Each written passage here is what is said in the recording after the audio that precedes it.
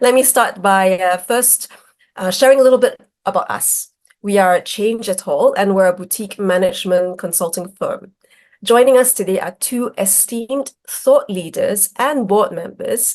Rachel Wee, who is a certified board chair, best-selling author and the founder of Antioch Streams, and diversity, equity, and inclusion expert, Professor Vinika, who is also an executive director at INSEAD. So throughout history, boardrooms have conventionally been a homogeneous space. Sorry, that's a very tough word. Dominated by specific leader demographics and lacking the rich dimensionality of contrasting perspectives that diversity brings. And actually, in fact, it can be difficult to find true diversity and inclusivity beyond tokenism in the workplace.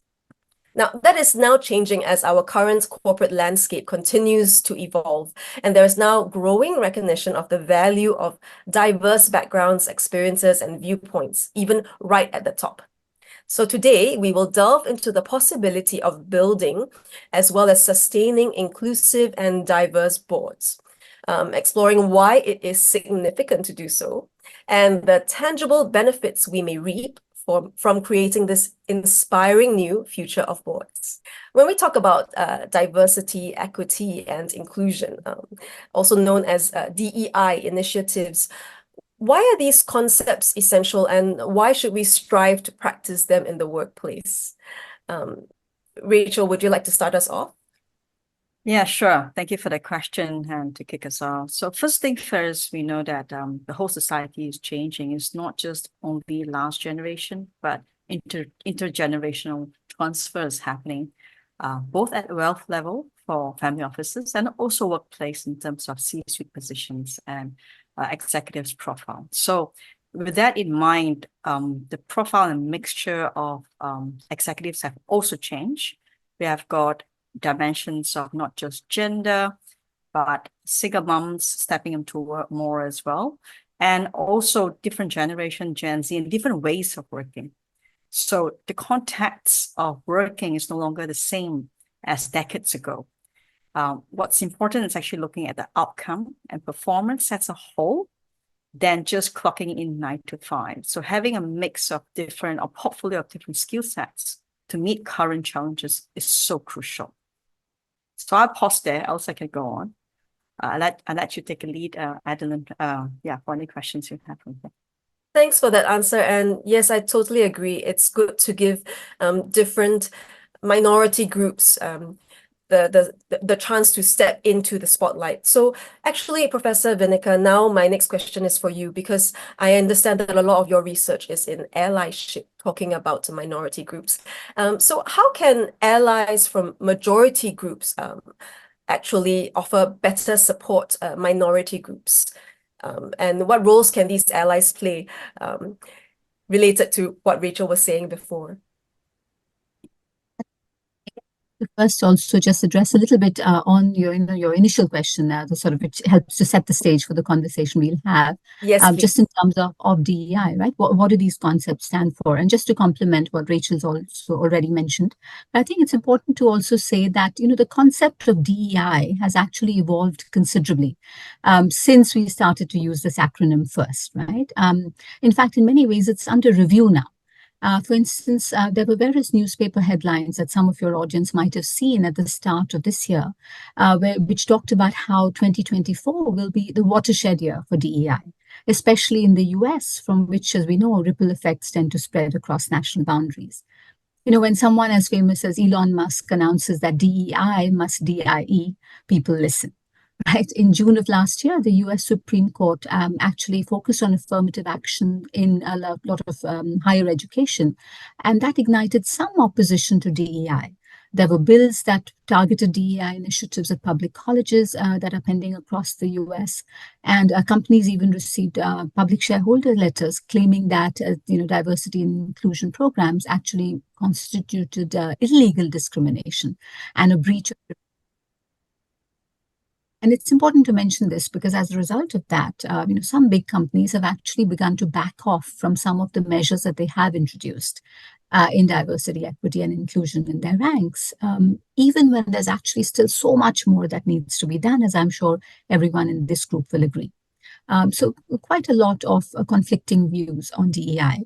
And perhaps, again, just a quick sort of look at what each of these terms mean, because, we use the acronym so frequently, but sometimes we forget what the nuances are.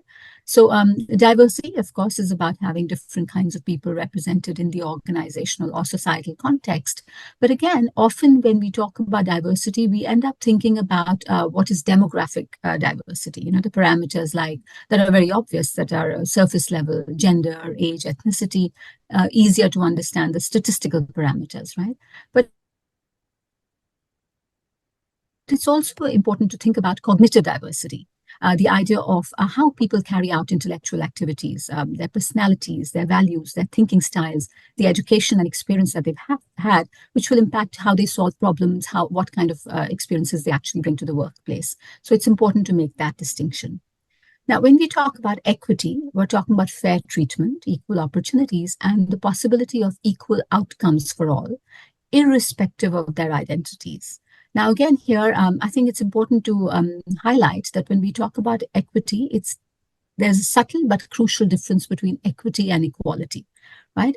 Equality assumes that all people should be treated the same way, but equity takes into consideration a person's unique circumstances, which may create specific opportunities or vulnerabilities. And then it's important to adjust treatment accordingly so that the end result is equal for all. And finally, coming to inclusion, now this is about creating an environment that is a safe space for all the demographically and cognitively diverse individuals that you bring together, so that everyone feels, comfortable, feels respected, feels heard, and therefore is able to bring their authentic selves into the workplace. So I always say diversity without inclusion is like French fries without salt, missing that one crucial element that makes everything work. So simply having a diverse workforce is not enough to improve performance. And there's research on this. It's actually borne out that just introducing, for instance, a woman of color on the board is in itself not going to bring about the outcomes that we want. And in fact, it can sometimes even have a negative consequence, right? So this concept of inclusion is very important. So I just wanted to take that extra 2 minutes to just highlight a few things to complement what's already been said. Thank you, Now, Vinika. do you want me to carry? Go ahead. Sorry, I just wanted to say I really like your analogy on the salt and fries. I think it really paints a very clear picture. Please continue. Yeah, now the question that you actually addressed to me was on allyship. So I'll get to that now, yes. And thank you for that. As you know, Adeline, this is something that's very close to my heart, the whole concept of allyship and, what can we do if we want to contribute in this regard. So I often get asked by the folks that I advise that, there's so much happening in terms of DEI practices that organizations have introduced. Some are working well, some not so well. So what is the one practice that, we can think of that we should all adopt, that I know works well? And my response to that question is always what you've asked about, which is allyship. So what is allyship? Now, the dictionary definition of allyship is active support for the rights of a minority or marginalized or underrepresented group without yourself being a member of it, right? So, for instance, I work closely with the United Nations He for She Alliance, which, as you know, works on one important aspect of allyship, which is specifically male allyship for women. And in this, we have an advisory panel that meets often, and I learn a lot from the number of the different people who come from companies, from policy-making backgrounds, in the light of how DEI has evolved and how our concept of allyship and what we can do to support these practices is changing. Now, my own research in the area of allyship had some findings that perhaps your listeners will find useful. Now, this was research on how active sponsorship and advocacy by male bosses can exert a positive influence on the motivation of their mid-career female followers and encourage them to actively pursue career progress. Now, this was something that we were asked to do by a leading bank, and we conducted this research for the finance and tech industries in the Asia Pacific area. And I mention this because I know a lot of our research tends to come from the West, and so it's very important to highlight when we've got findings that are applicable in the context and the regional context that we're working from. Now, what we were exploring was what is the possible mechanism by which allyship works? So what impact does an ally really have? And there were some interesting findings. I'll try and summarize a 250-page report for you in 2 sentences now. So we found that this kind of active allyship and advocacy by male bosses actually changed the regulatory focus of the behavior of their mid-career female followers.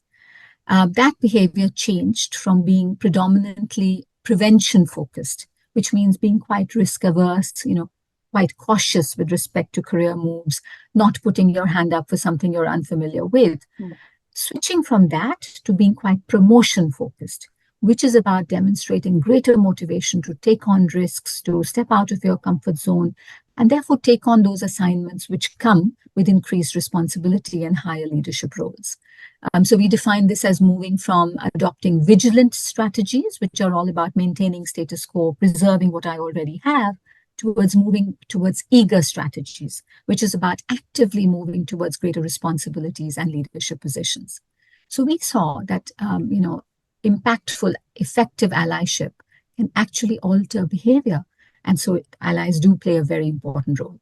The only thing to remember is that allyship must always be done with humility and self-awareness. It must never be patronizing or presumptuous. It's about listening carefully, understanding what's really helpful, and then providing active sponsorship and advocacy. Thanks for the very short and simple to understand definition of what allyship really means. And it's another very lovely scene that you've painted, mutual understanding and support and respect. I think that's something that we can all aspire to creating. Rachel, any thoughts to add on the topic of allyship? Yeah, I love to contribute there as well. So coming from as a practitioner in the C-suite role and climbing the ladder for the 28 years, it's absolutely so important to have the right allyship. I can remember about 20 years ago, women leaders weren't that popular. So it takes not just a leader, and often male at the time, to recognize the importance of the portfolio or mix of genders, but also capability. It also takes allyship, exactly what Vinika mentioned, right? It's really having a senior mentor that's supportive enough and deliberate enough to raise the next generation of leaders and knowing what to identify for. So that actually helped me grow. And in turn, today, I run a lot of mentorship because of that, because of the support, because of the allyship in practice. It's only through that introvert like myself, I probably speak okay here, but I was an introvert. So, in a corporate world, it's, unfortunately or fortunately, it's not how capable you are. It's actually how loud you need to be sometimes in competition to really arise. So that takes training and the allyship and supporting one another, understanding, identify what qualities are required through mentorship really helped to accelerate or at least deserve the opportunity to rise up. So I'll in practice, that's really what happened in the corporate world. So I really do appreciate the allyship in real, and that speaks a lot more, therefore, the awareness that we need to raise amongst leaders to give opportunity to the right leaders that might not be extrovert, but have the right quality to really help companies succeed for the right performance. That's really great to hear, Rachel. Thank you for sharing your personal experience with us. And actually, as a CEO coach yourself right now, we talk about active sponsorship and mentorship and, of course, inclusivity. So my next question is, in terms of succession planning, but on the C-suite and board level, how can we ensure that there is a deliberate process of inclusivity in the succession planning process? Yeah, very good question, right? And it actually takes both to clap the hands, in addition to C-suite leader support or board level support to be deliberate. It also takes the candidate recognizing and have the desire to rise up. So even have the desire and posture to rise up, it takes recognition and understanding how to be successful. So mentorship is important. Knowing that you need a mentor to journey with you is important, because from C-level and below, I won't say, well, it takes many years to get technically proficient to contribute results. But when we rise up to C-level, it's a different skill sets altogether. And we rise up to board level, it's even more different skill sets altogether. It takes a lot of, fortunately, unfortunately, there are political dimensions at C-suite and board that's different from the working level or senior working level, where it's not just capabilities, competencies, it's not just teaming, but how you communicate, whom you work with, and how they read your message. All these are important. So having three things in mind as a candidate to be either C-suite or board is so important to know who you can actually, if you have a mentor, or I call them a group of counsels that consists of mentor and sponsorship. Sponsorship means someone who's willing to sponsor you to rise up to the next level. Mentorship means someone who's willing to share with you their journey to guide you through as your salt and light towards that destiny or that position. And the third thing that I'll add on is coach. And this is on top of the line manager. That's really traditional ways of thinking. Now, coach is not meant to tell. It's not meant to even mentor. It's not meant to give you a blueprint. It's meant to evoke internal awareness if you're ready to take on the position, either C-suite or board role. So with the inspiration within from the candidate, plus awareness either at board level or C-suite, then comes hand in hand. Let me also break that down into how that works in C-suite. Now we have having coached right now more than 100 CEOs, like coming to fourth cohort with SMU and Emeritus. And this is the second program in the world that runs CEO program. The first was MIT, the second in the world, and the first in Asia is SMU with Emeritus. We have the privilege to really understand what the CEOs are struggling.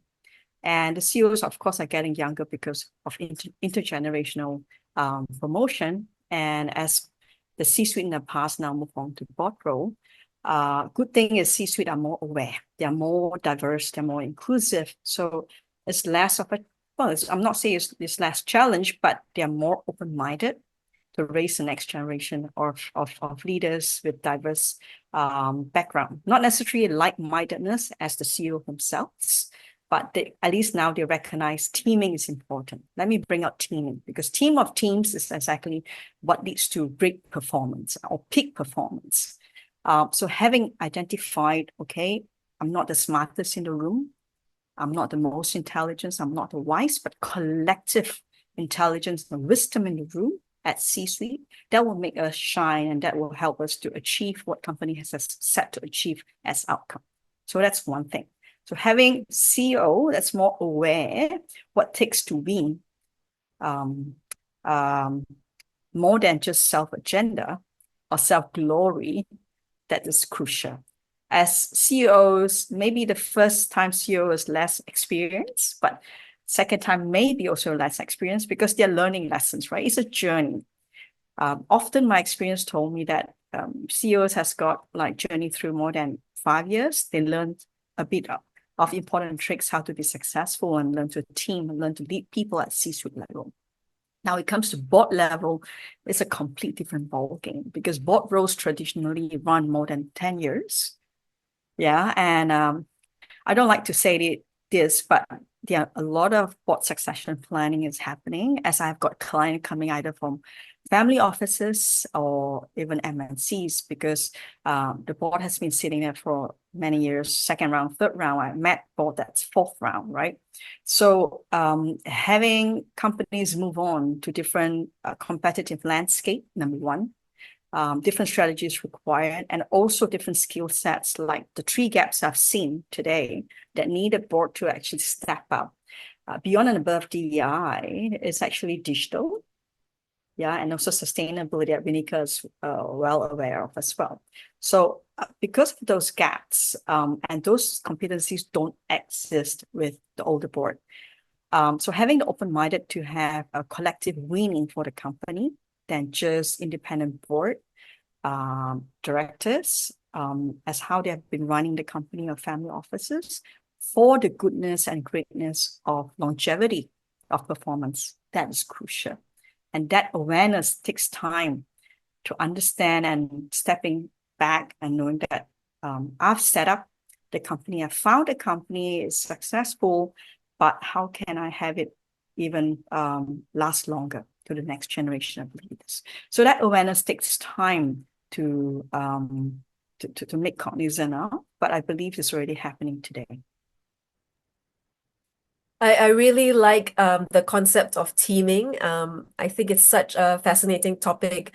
I hope that we can come back to it later on in our conversation, because really there's so much to talk about for this topic of teaming and the collaborative spirit. But I would like to talk about the word tokenism now. In my introduction earlier, I mentioned tokenism. So this question is for both Vinika and Rachel, actually. What measures would you recommend to take so that DEI doesn't simply become a checkbox for leaders to tick? How would we actually integrate diversity, equity, and inclusivity into the organizational culture? Vinika, would you like to take this question first? Sure. And very important question. It comes up a lot. The idea of, how do we make sure that DEI is an integral part of the organizational culture, a fundamental value of the organization, as opposed to just being a good to have, not really something that you focus too much on. And I think, we saw the importance of this, especially during COVID, right? As we know from the many statistics that have come out since the pandemic hit, it did disproportionately impact underrepresented groups, minority groups. There's a lot of statistics on the disproportionate impact of the pandemic on women, but it also applies to other groups, racially underrepresented groups, etc.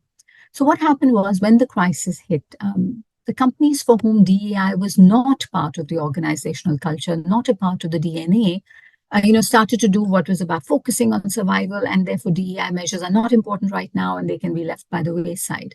On the other hand, I did have the opportunity when in my conversations with various C-suite executives to meet and speak with some who said, well, there's no question of, leaving DEI practices along the wayside, because it's integral to everything that we do.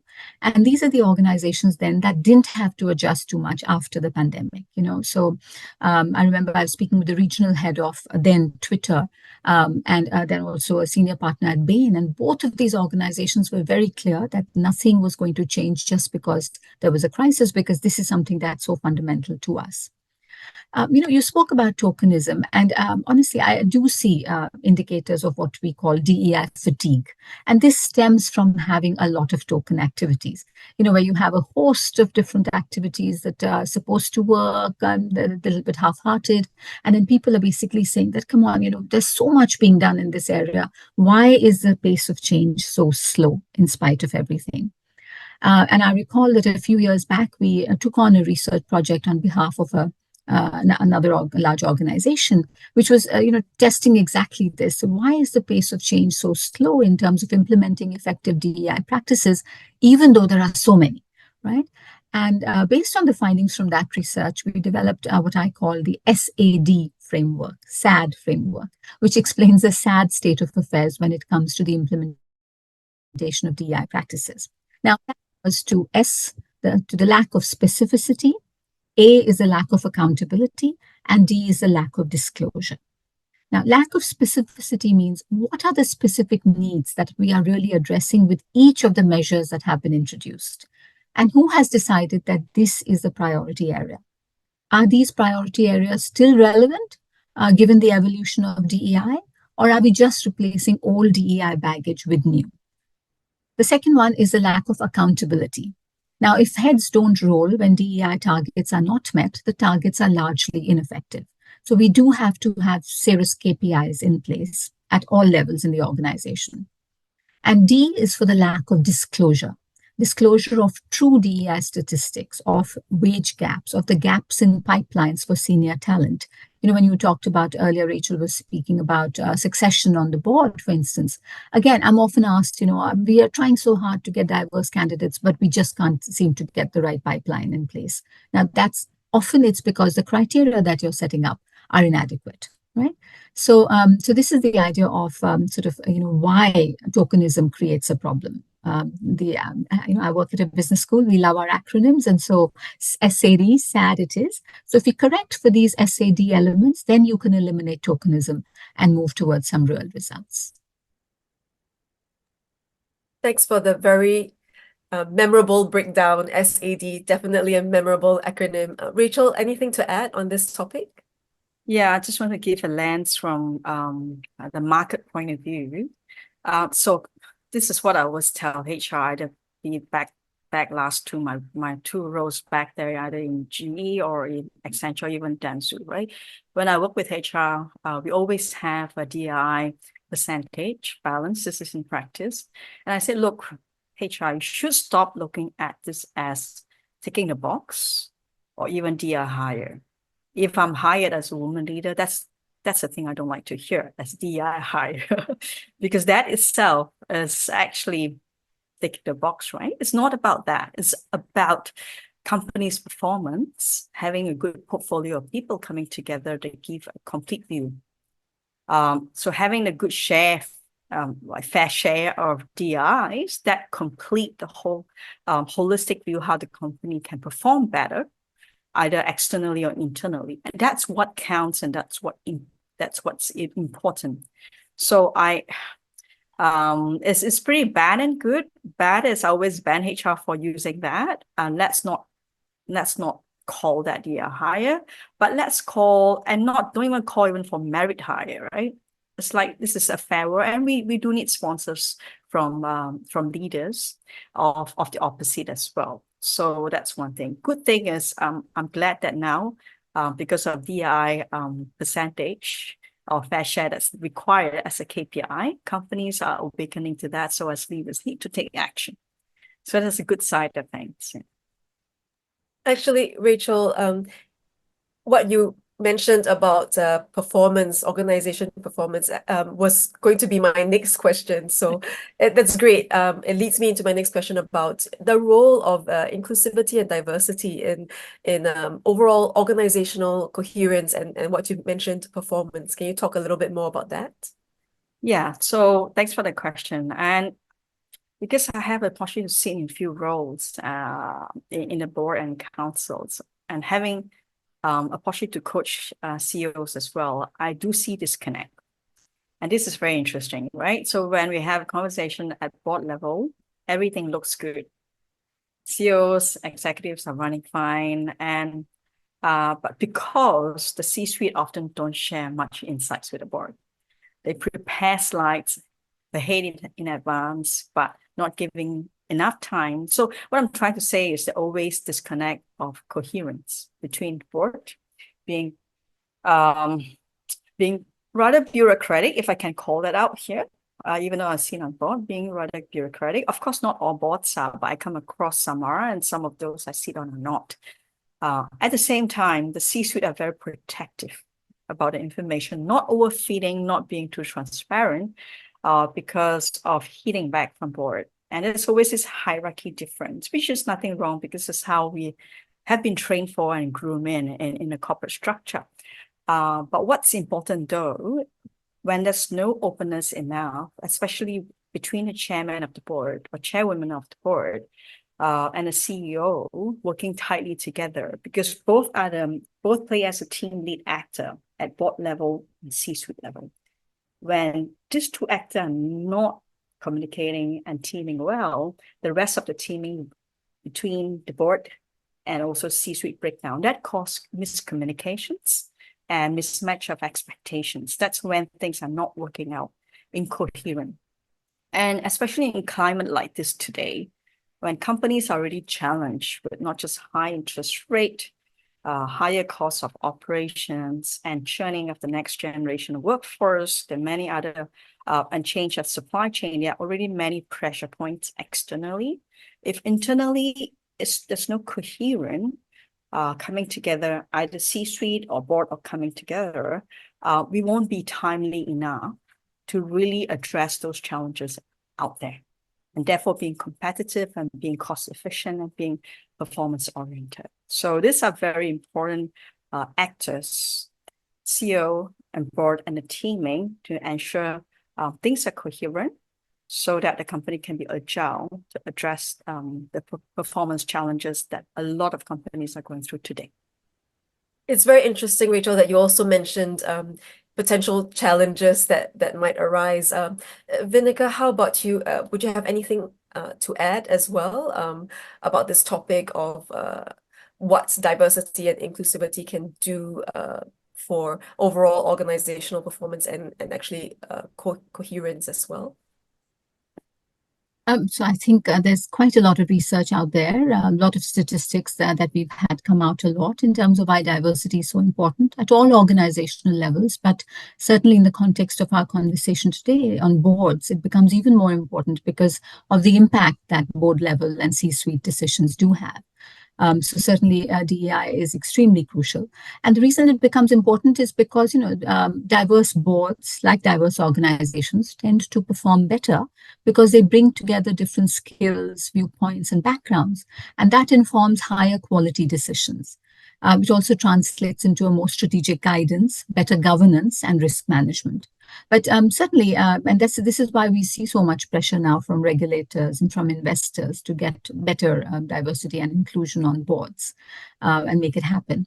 But having said that, it's not easy to achieve meaningful diversity at the board level. We've all experienced it, again, in my conversations with a number of boards, either that I'm a part of or that I advise. We have lots of discussions around why we're not achieving or they're unable to achieve quite the levels of diversity, equity, and inclusion that they really want. I can talk from our experience at INSEAD, for instance. We were committed to having a diverse board in terms of gender balance, in terms of racial balance. We wanted to make sure that we don't sacrifice one dimension for the other. And it was not easy. Of course, we're delighted now that we do have a gender balanced board, and we have a board that has great representation in terms of nationality, race, etc. But it was not easy to achieve. And often the reason that it's so difficult is, of course, there are some persistent biases, barriers like unconscious bias, entrenched corporate cultures that we see a lot of, the prevalence of traditional networks that are constantly being used, the usage of historical channels. It's always through this person's friend. And then, often I'll get told by women that, well, for years I tried to get onto a board position. I was so qualified. I'd worked so hard. I got nothing. And then one brave company took a chance on me. And now I'm overwhelmed by the number of offers I'm getting. And this really is about, the reason that the refrain I hear from organizations where they say that there's a perceived shortage of suitable candidates. And I say perceived with great responsibility because this perception is actually created quite often more because of an unwillingness to prioritize skills and competencies above just similar experience in a similar industry, rather, just someone who's been a CEO before. Now, the fact is that we've not had underrepresented candidates in those positions in enough numbers. And so we're just not going to get enough of a pipeline if we keep depending on the same criteria. Right? So it's important to focus on competencies, on skills, and that cognitive diversity that I was speaking about to make sure that you do get a diverse board. And again, not enough to just create diversity. You must, make sure that it's an inclusive environment for any board to function properly. As was being said earlier, of course, there has to be information. There has to be transparency. There has to be an environment which is psychologically safe and non-judgmental, so that people feel comfortable really talking about the important aspects, which are experiences that they can bring. More varied perspectives and personal experiences. So that is very important, I think, in the context of when boards can function effectively. I'm hearing quite a lot of overlaps between both of your answers. Specifically, the word transparency comes out quite a fair bit. So I think it's really something that is an important point to note for sure when we want to talk about creating this new future of more inclusive, more sustainable, more diverse boards. So talking about the future, Rachel and Vinika, you are both well-versed in the topic of intergenerational diversity because of your research, Professor Vinika, and also because of the master classes that you regularly teach, Rachel. So as we look to the future, what trends would you foresee in the interrelation between diverse and inclusive boards and ESG issues, let's say, when it comes to environment, social and governance issues, how can organizations actually keep pace with the evolution of expectations around this topic of ESG? Yeah, so I'll give it a go first. I'm quite sure Vinika has a lot to share as well, that she's also a sustainability ESG expert. So for me, so three things, right? That's important. Now, ESG itself is a very complicated topic because E is, as we know, is environment that kind of affect the planet side of things. As a young prof, that planet's important. And then, of course, you have people, right? S is actually it means social context into the people, into the community. And of course, welfare of the employees in the context of corporations. And then we also have the G, governance, which regulator. I'm part of the ESG of the Law Society Committee work group as well. So G is something that's important. And today we don't even have our accounting standard aligning with the law standard yet in Singapore. And we're trying to make that happen with policies. But before that happens, accountabilities are not really in place, either by CFOs or by CSOs. Today, CSO's job is very complicated because it's not clear. So ESG itself is complicated, but we know we're trying to do something around the regulation side of things. As in Singapore, we have SID trying to make sure things are happening for organizations that's registered here in Singapore. And we also have SGX kicking that off to make sure governance is in place. We also have the charity space, Commissioner Desmond and a whole group of people like Teresa Go, making sure that the panels and committees in place to have the governance on charity as well, board as well. So that's good, that's running. Now, E is more of a global topic. That's complicated. We're talking about carbon footprint. We are well aware of the COP29 and all the solutions and the budget set aside. But there are a lot of talking about reporting, but there's not really much enough talk about solutions to really close the carbon footprint as decarbonization solution. So that's a big topic. And of course, we have social. Social is actually most important because without the right people and society and community taken care of, all of these are just frameworks because there's no sponsorship, right? So coming back to your question earlier on, it's a big thing, right? For board to catch up with this, the governance itself is quite complicated beyond the traditional compliance or risk management. So that itself, to put the right people at board level, even the community group, to really make sure that's in place. What more of the S and also the E, and all this requires a blueprint and not just meeting the carbon footprint measure, but also how we can distill down as a strategy with very specific operationalized KPIs. So I work with quite a number of companies since Accenture days as an MD for energy transition. So there are a lot of commitment, but there's no blueprint, to be honest. And often this got to start at board level. And when I coach the CEOs are the younger generation, coming back to your question.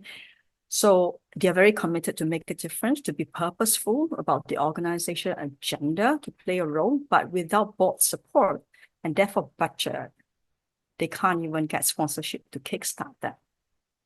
So it's a real challenge, and therefore the mindset differences between the last generation leaders and the new generation leaders. So the intergeneration leaders dynamic has to be nurtured for where the gaps are, or be aware and knowing that these are the call-out accountabilities from regulator, from the ecosystem. It's time for the board and C-suite to step up to tackle those challenges. Thanks for that, Rachel. Very insightful. Vinika, anything else to add? Yeah, absolutely. And I think your question was about the trends in terms of interrelation between diverse and inclusive boards and ESG issues. Yes. So now this is one of the aspects that I'm currently working on, the idea of developing inclusive organizations for sustainable growth. Because you really cannot have sustainable growth if you don't include all the stakeholders. If you don't take all the stakeholders with you, then you're not going to make it happen. So we can't afford to leave anyone behind. And so delivering on both DEI and ESG parameters is crucial for boards because they need to guide organizations to intentionally deliver profit with purpose, and engage multiple constituents in these efforts by creating that inclusive work environment that we've spoken about, which inspires all to take action. Now, it's important to note, there's recent research actually by one of my colleagues at INSEAD, which was showcased in an HBR article recently, which showed that firms with diverse boards actually achieve higher ESG ratings. Now, in this case, and this is just one example, and there are several others, but what they were showcasing was that board diversity positively impacts environmental sustainability of organizations. So they looked at data from American companies that showed a 10% increase in the proportion of female leaders on the board actually correlated to a 17.5% increase in the firm's environmental rating. And this was based on, some 15 years of data from S&P 1500, and the ESG ratings came from MSCI. So, these were well documented. And this correlation therefore suggests that the experiences and perspectives brought by diverse board members drive stronger ESG priorities. Now, this makes a compelling case for stakeholders to emphasize DEI for a sustainable corporate future. One possible reason could be that minority directors are more likely to bring up ESG issues as a consequence of gender and racial structures because of their own lived experiences. Now, to the point of, the intergenerational diversity that happens on boards and the impact that has. So it's very interesting. I often have conversations with CEOs, especially the ones who are more mature, who will say that they were never actually trained in ESG, right? So ESG was never a part of the training that they received in their initial years. It was never something that was the focus. It was a lot on financial performance, etc. And so suddenly now they're having to handle all of these issues related to ESG, for which they sometimes feel inadequately trained. I also tell them that, the accounting standards that we live by now took decades to come about. ESG is still relatively new, and, we're improvising as we go along. Just after this, I have a conversation with the CEO of one of the, three important rating agencies in the world when it comes to ESG parameters. And this is exactly what I'm going to be talking to him about, as to what does he see has changed for CEOs.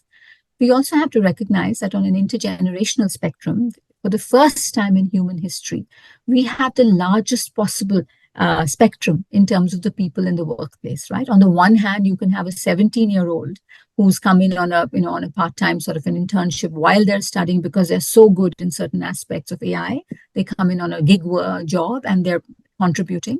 And some forward-thinking CEOs will have people like that person then mentor them. It's a reverse mentorship that happens. On the other hand, you have very senior, very experienced people who might be sort of emeritus members of the organization, very senior members of the board who have completely different experiences. But we all still live on the same planet, as I tell them. And, so profit, people, planet are important considerations for all these organizations to keep in mind. And so I think it's about recognizing that leadership diversity can bring broad-based benefits to society by promoting sustainable business practices. So, so there are other benefits to the whole concept of DEI, which can be very directly perceived in terms of how we handle sustainability at the board level.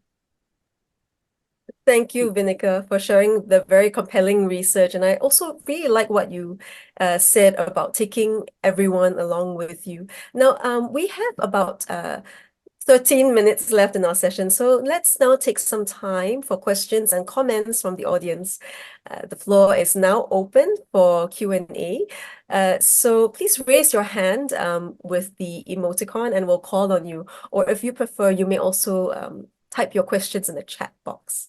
Anyone has any questions for our esteemed thought leaders, Rachel and Vinika? Please don't be shy. As we're waiting, Adeline, if I may, I wanted to react to something that one of our audience members, Nitin, has said about, adding on L to ESG. Yes. And I think, Nitin, that's a very important point you make, and one that we're seeing more and more. We're talking about that quite a lot now, the idea of leadership, almost steward leadership. So actually, we work closely with the Stewardship Asia Center, here in Singapore. And one of the things that we're focusing on now is going beyond the G of governance to the L of leadership. So exactly the point you're making, that, we have to look beyond regulations to really be able to save the planet and save our people, because it's just, focusing on what is required to be done is clearly not getting us where we want to get, right? So as a result, this idea of feeling like we are stewards of the resources that we work with and of the communities that we operate within is crucial when we talk about ESG. So thank you for making that point, and I do agree. Yes, exactly. It's good to know that Nitin and Vinika, you're so cohesive and aligned on this topic. So actually, Nitin also added something. He did say within the conversation, since we're now bringing Nitin into the spotlight, I would like to also comment his comments in the chat box earlier, where he says, from a neuroscience perspective and bias, if we're not actually consciously including, chances are we are unconsciously excluding. And I really like that. I think, as you say, inclusion is a conscious effort. Yeah. Can I also add something on neuroscience topic? So Yes. if I can have some chance to share about Agile Streams, it's really about stewardship. So we are stewards of regenerative experience. So regenerative is actually a higher goal than sustainability, if I could call that out. In many facets, right? It's not just regenerative in people, but also nature. And therefore regenerative in profit as well, instead of sustainability, because we can only sustain that much. So I want to actually appreciate the neuroscience of things, because the book #Unshaken is all about addressing the gap between the tech that's already exponential and human growth. The human growth with our education systems all these years has been quite linear, if I can call it out. Therefore, the neuroscience part of things actually help us to unleash our full potential. If we are able to tap into the last 10 years of research around neuroscience or neuroplasticity, AI is just a tool for us to grow together with AI. And with that, we are hoping we can achieve regenerative experience, not just with people, but planet and also profit. The business model we run today, if I can call as an EMBA lecturer or a prof here with the 3 Ps, is actually dated. Even the supply chain is dated. Therefore, we are struggling with the footprint because of overproduction and pushes products to market. And company like Danzu, where I came from, and the agencies, these are helping brands for the campaigns and making the consumption efforts by the consumers. But the ways of thinking is not meant to be like that. In the future, coming back to the future trend is meant to be redesigning by what's needful. Yeah, so if I can add that facade in of DI with generative, that's going to help make a greater impact together. Thanks for that perspective, Rachel. And now we actually have a couple of questions from patients. She says, one, companies need to issue public statements on their DEI. And in this regard, she'd like to know what components are key to include, especially for an organization focused on efforts targeting youths and women. So could you just repeat the question, Adeline? I don't see it here. So if you could just repeat the question. So she says that she'd like to ask a couple of questions. Firstly, that companies need to issue public statements on their DEI. And so in this regard, she'd like to know what components are actually key to include, especially for an organization that's focused on efforts targeting youths and women. Would you like me to go first, or would you like to? Sure, yes. Yeah, go first. All right, yeah. So, I think the point you make in terms of sort of disclosure on DEI, increasingly we're talking quite a lot about what is required by regulations and what we voluntarily want to disclose, right? Regulations have not quite kept pace with what is actually required in terms of allowing for full disclosure. So there's an element here of deciding between what we are required to do and what we think is appropriate. And I always, answer that question based on the second rather than the first. So of course, I mean, it's different in different countries depending on where your operations are in terms of what you're required to disclose. And that's becoming more and more stringent and more broad. But certainly, I would think, all aspects of the diversity parameters, cognitive is a little bit more difficult to report on, obviously, but the demographic diversity parameters that you talked about in terms of age, for instance, gender, are relatively easy to disclose. Having said that, again, there are many people who want the option to not say how old they are, what gender they identify with at that point in time, etc. So with a lot of sensitivity and awareness of these issues, I think it's important to report as much as you can, disclose as much as you can, but always with the sense of respect and awareness that not everyone wants everything out there. To give you an example, a few years back, when we'd send out, resume books to prospective employers, we used to not mention gender anywhere. We wouldn't put a picture anywhere. And I talk not just about INSEAD, but other business schools that I've had experience with.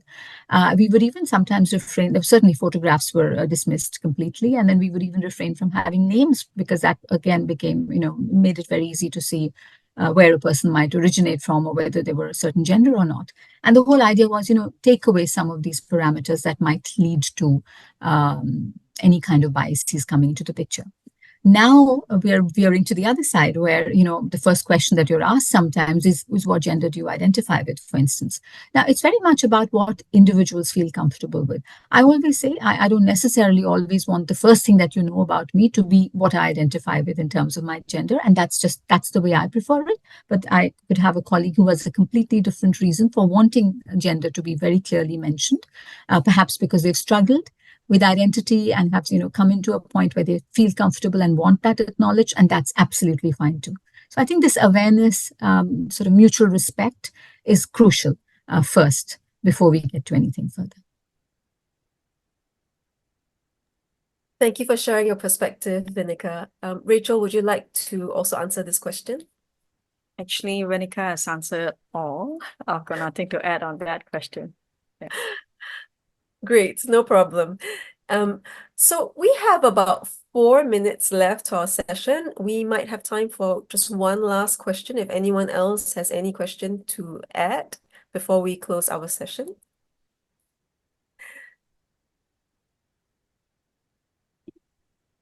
Don't be shy. Maybe I could just add one thing to the question that was asked earlier about, what we should disclose if you're focused on efforts targeting youth and women.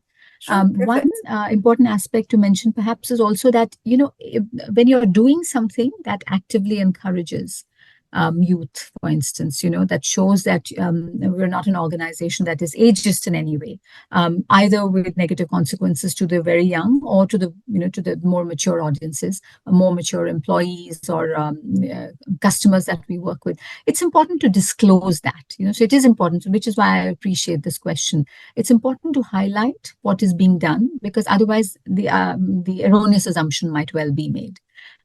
So if, for instance, you have taken on specific measures that create gender balance, or you've taken specific measures that represent or help to create an equitable ecosystem for underrepresented races or other minority groups, then it's important to disclose that and, sort of take pride in it.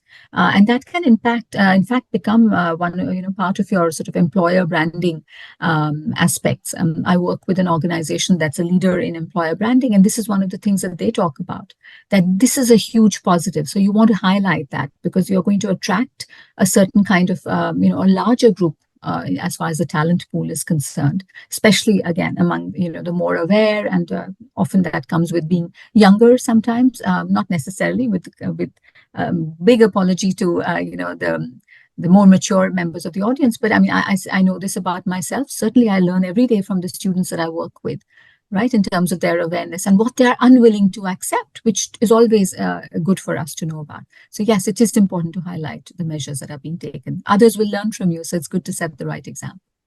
So I'll echo what Vinika say, coming from Yes. agency. That's what brand loves to do, and actually add to their merits of being a diverse company with DEI, not necessarily reporting, but as a differentiation, and therefore give the good culture vibes that attract talents, and also getting or gain favor from consumers.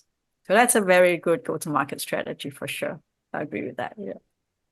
Thank you for your perspectives. And I'm really happy, Vinika, that you actually added on to your answer. And I'm really glad to hear Rachel chiming in, because those are really great insights. And I really like how you are echoing each other on the transparency, disclosure, and also at the same time being, as you say, respectful, making sure that what's most important is to always be respectful and aware. So now we are 1 minute away from 5 o'clock. So I'd just like to say a big thank you to everyone for joining us. We really appreciate you taking the time to participate in our dialogue. Please, let's give a round of applause to our guest speakers, Professor Vinika as well as Rachel.